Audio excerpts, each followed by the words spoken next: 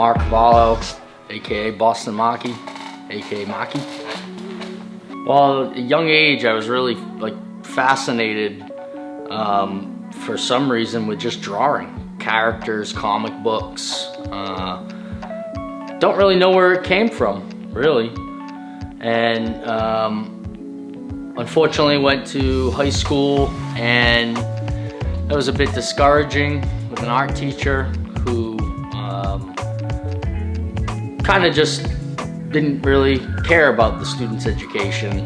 I took one class, and that was it in high school, and then decided I wanted to become a pilot.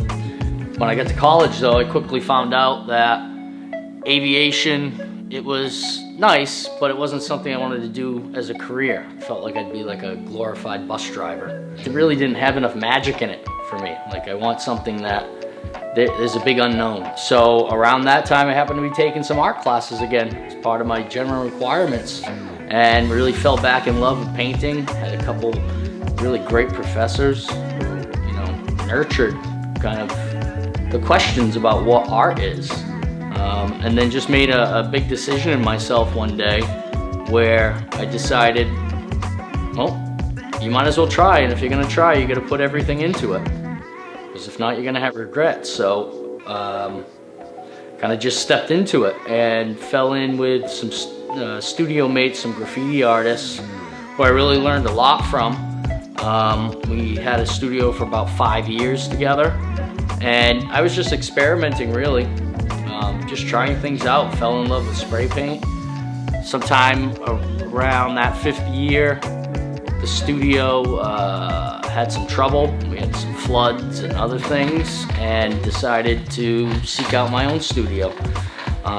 Found this place about 5 years ago, and just really the first 3 years just dedicated myself to just coming in here and not worrying about showing things or selling things, and actually just making and see where it kind of would take me.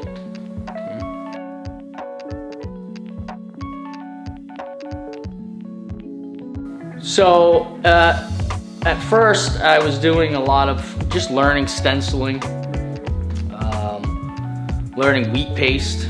So I really fell in love with the complexity of street art, both with the message and sometimes with the technique.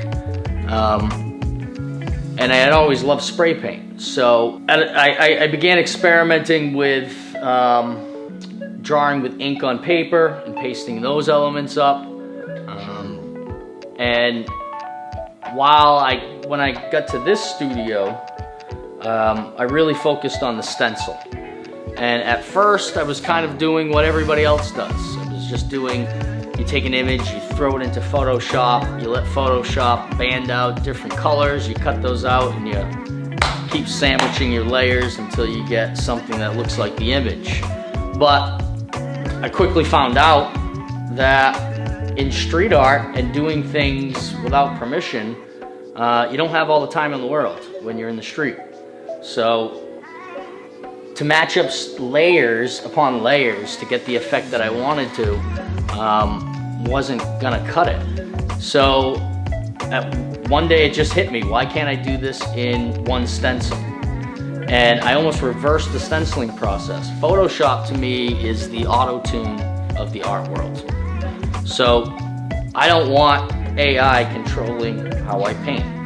So I abandoned Photoshop first and worked with my large-scale stencils, but saw that I could actually cut out 90% of the stencil instead of relying on all these different layers, and be able to do everything within one stencil.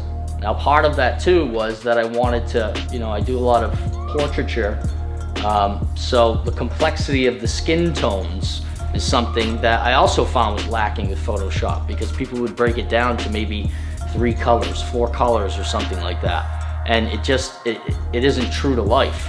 So I wanted to be able to freestyle a little more with the color with the spray paint, and that also allowed me to do that.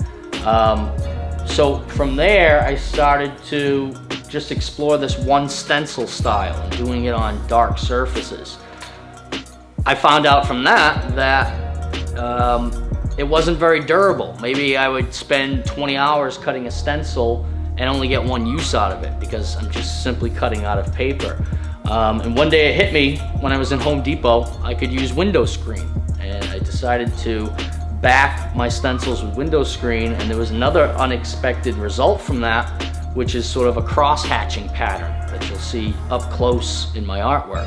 But this gave me the durability to take my stencils in the studio, do prints, do paintings, and then still take that same stencil and put it out in the street for the public to see.